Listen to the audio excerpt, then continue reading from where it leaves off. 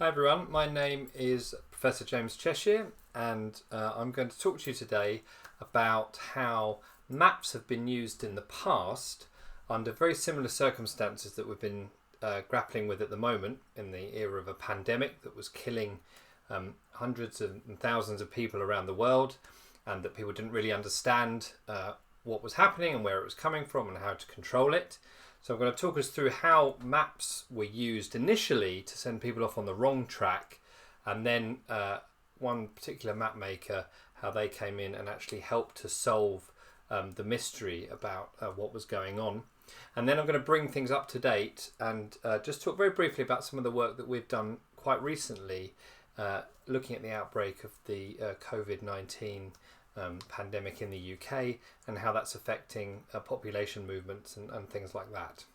So hopefully you'll find this talk interesting, and it's kind of based on some of the work that we've been doing in terms of the research at UCL, but also the sorts of things that we might teach you if you come here in the coming autumn.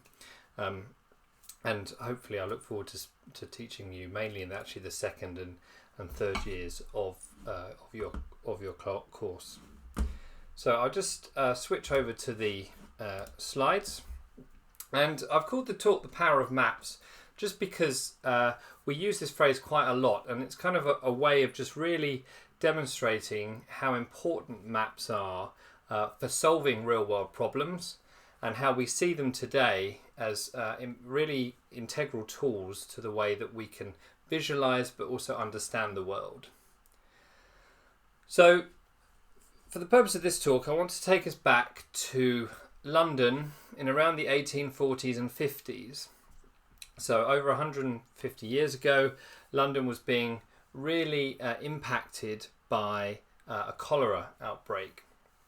And at the time, it was killing many people, and there was a lot of effort to try and work out where it had come from, this particular disease, and to understand how it was kind of spreading through the population. And so just as we've seen today, or we see today, or the maps around COVID-19 and the various dashboards and things like that people have produced that have shown the spread of the virus initially from China, but how it came to our shores, people in the Victorian era were making very similar maps themselves. And so this was a map that was created for an organisation called the General Board of Health, who had people around the world who were tracking the outbreaks of new diseases. And in small red numbers here on the map, they've shown how cholera, in this case, started in India and spread westwards towards England and the British Isles. And this obviously was causing a lot of concern, because the outbreak was spreading through cities at the time. So this is a map from 1849 that shows the spread of cholera during the epidemic, and the grey areas, the ones that have kind of been shaded in, are the ones that had the highest numbers of cases.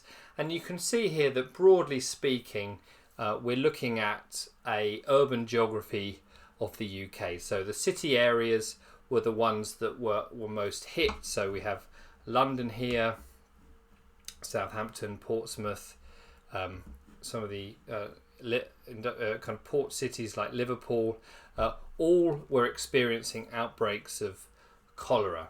And at a time of urbanisation, where people were trying to move into cities, and the conditions there were not very healthy in many ways. There wasn't enough sanitation and very high density living and so on and so forth.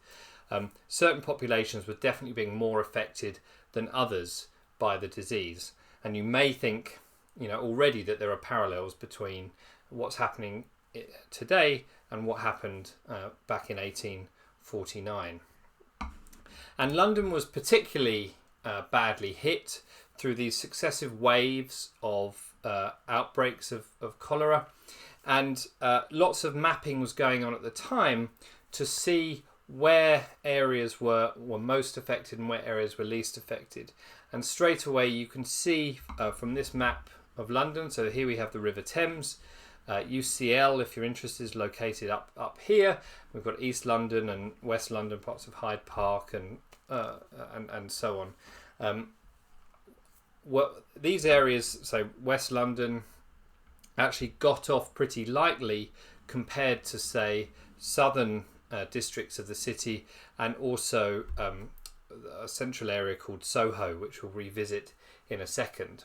So this is a scary time for London, and people wanted answers to what was going on.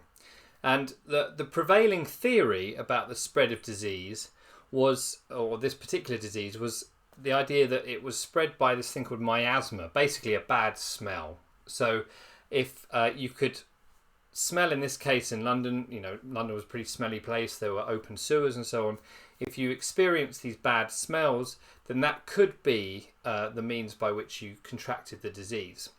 And so map makers at the time were showing how in this case, this is entitled showing the cholera mist of 1848 to 1849. So there's a lot of effort that went into map making, and this is a particular parish, small area of East London. So the city of London is actually here, and then this area here is known as Bethnal Green.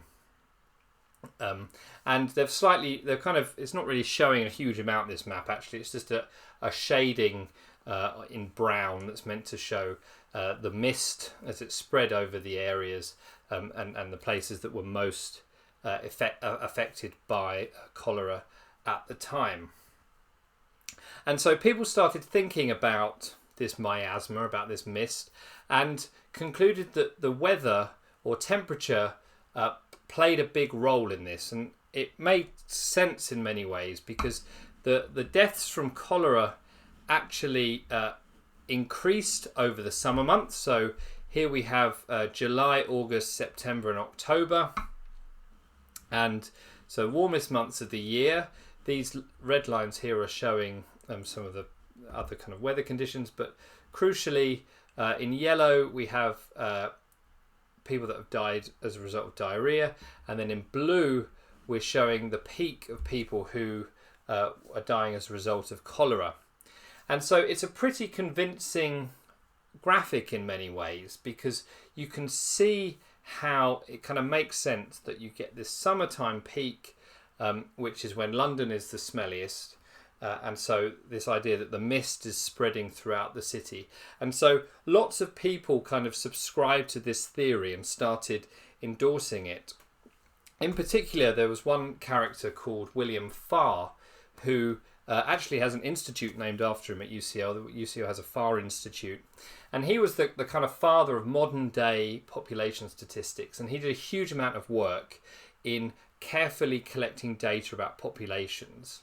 And so he was working in the 1840s at the time of this cholera outbreak, and he was very much kind of a strong advocate for this miasma theory, and he did some really intricate and interesting maps and graphics to support his view that it was in fact an airborne disease. And so these are each year we go from 1840 on the top left down to 1850 on the bottom right, and we have deaths of cholera, which are kind of these grey outer segments of the circles, and then we have climatic information and things like that on the inner circles and around the kind of the clock face. And so in this particular big outbreak here, these are the summer months we're looking at. So this is the same kind of data that I showed you on the previous graph. And so it was really him making maps and graphics to kind of prove his point in a very convincing way. At the same time, there was a physician called John Snow who was walking the streets of London, particularly in the area of Soho, which was that kind of dark area in the centre of the blue map I showed you. And you can see his approach was very different. So actually he didn't do particularly elaborate data graphics, but he did a very meticulous study of a small area of the city where he basically knocked on doors and asked the question whether anyone had died from cholera. And if they had died, they that particular building received a kind of a little black bar on it to note the deaths. And I think what's so extraordinary about this map is that the number of deaths that are occurring in particular buildings is very high. So this is something like 15 or 20 people that died in one single building within Broad Street, which is the street we see here. But Snow had a different theory, and he was collecting data to try and support that. And his theory was that actually cholera is waterborne. So rather than receive the disease through the air, it's actually what you drink that was giving you the disease. And so he went round Soho, marking the locations of different water pumps and then counting who had died from the disease. And he made this very simple observation that the peak of deaths, where most people were dying from cholera, were adjacent to one particular pump. And he was then able to take samples of water from that pump. He got it sealed off, which then stopped the outbreak from spreading in any further in that particular part of Soho. And then he was then able to examine the water and determine that in fact it was within the water, the cholera existed within the water, because that particular well, that particular pump was being contaminated by sewage that was leaking into it. And that's why people in that area were particularly hard hit. So it's a simple graphic, or a simple map in this case, but it just shows the power of adding location to trying to solve the problem. So in the previous work that I showed you of Farr, he was just looking at the city scale. He wasn't really zooming in on what was happening at the street by street level. And that's really what the power of kind of Snow's work and some of the stuff that we're interested here in the research that we do at UCL is we are looking at very fine scale, very granular is the phrase we use, data about populations to see if it can tell us stories that are as powerful as the ones that we've seen in this graphic from John Snow. And this work, along with, he wasn't the only one that was pushing this theory, and but the theory was sufficiently strong to overcome what people were saying was the miasma, and so it became an issue of waterborne disease. And then it meant people were able to then enact change. So you'll see on this left-hand side here, this is the map I showed you just earlier on, where you had the cases in 1849. People then were able to take that death data from cholera and overlay it on a map that showed which company supplied water to which parts of London. And you can see here that the company in red, in this case called the Lambeth Company, they covered some of this area here and to the south. You can see straight away that there are certain patterns of people who are affected by cholera, maybe lined up with some of what the Lambeth Company was supplying, but also some of the Southwark and Vauxhall Company, which is the kind of greeny blue colour. So it's a fascinating case where these companies started to be held accountable for their actions, and perhaps knowingly were giving people water that they knew was contaminated in some way. And so we fast forward to today, and we can start to think about how we use spatial data and geographic data to plot and to inform interventions about what's happening in the current coronavirus outbreak. So here's a map I did a few weeks ago, which is probably one of the saddest maps I've ever made. It shows the deaths that at the time had been attributed to COVID-19. So this takes us up to the 17th of April.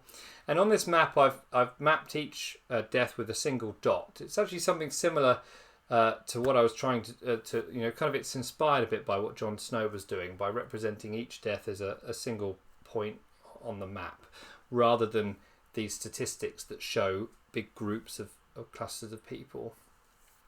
And similar to the map I showed you before of the England and Wales affected by cholera, we can see that again, the cities here where people live, or most people live, are the ones that are getting hardest hit by these outbreaks. And what's more, we can actually start to look at who is most affected and start to think about why. And so this is a graph that the Office for National Statistics recently released that shows the age, is called the age standardized mortality rates of death. So basically the chance of dying from COVID-19 based on the job that you do. And so you can see here that people who are managers, directors, senior officials, and kind of highly paid roles and so on, professional occupations, generally people that can work from home and self-isolate, they're the people who have the lowest chance of death. And then people that work in more lower skilled roles or in the caring sector and so on, who actually have to go out to work, they're the ones that are getting disproportionately affected by this outbreak. And that kind of follows, but it does mean that we can start interrogating what we might do to try and prevent some of these deaths. And so this is some work that we did with the Financial Times that came out recently, where we were looking at data from mobile phone apps. So rather than doing what Jon Snow did and knocking on doors, we were actually able to extract activity data, it's called. So we can get a rough idea of where people are and how many are moving around in different parts of the city. And we can start to see how much lockdown there was in a particular area. So whether activity levels massively dropped. And so in those areas, we would expect, obviously, more compliance with the lockdown. And then in some areas, you can see where there was less compliance. And it generally works out that areas that have higher numbers of the kinds of jobs we were talking about before, jobs that people have to go to work for, they're still seeing higher levels of activity than the areas like central London that are predominantly professional or financial jobs. And we can also start to see what people's appetite for lockdown is. And in fact, the work that we've done showed that towards the end of April, people started becoming more active. Activity started increasing around the cities, even though the lockdown guidance hadn't changed very much. So hopefully that is a nice overview of some of the work that we've done recently related to the COVID-19 pandemic, but also kind of a more historical view of where we've come from, where maps and data have become an essential part, or why maps and data perhaps have become an essential part of decision making and of understanding the complexities of some of these really important phenomena that are happening. So in this case, we're looking at epidemiology and social conditions and how those two maybe interlink alongside the geographical component, and why knowing where people are is such an important thing if we're going to make important and impactful decisions. But also I think it kind of gives you a bit of an insight, I hope, into the power and the value of a kind of a geographer's perspective on these things. And I do hope that over the next few weeks, as you're stuck at home,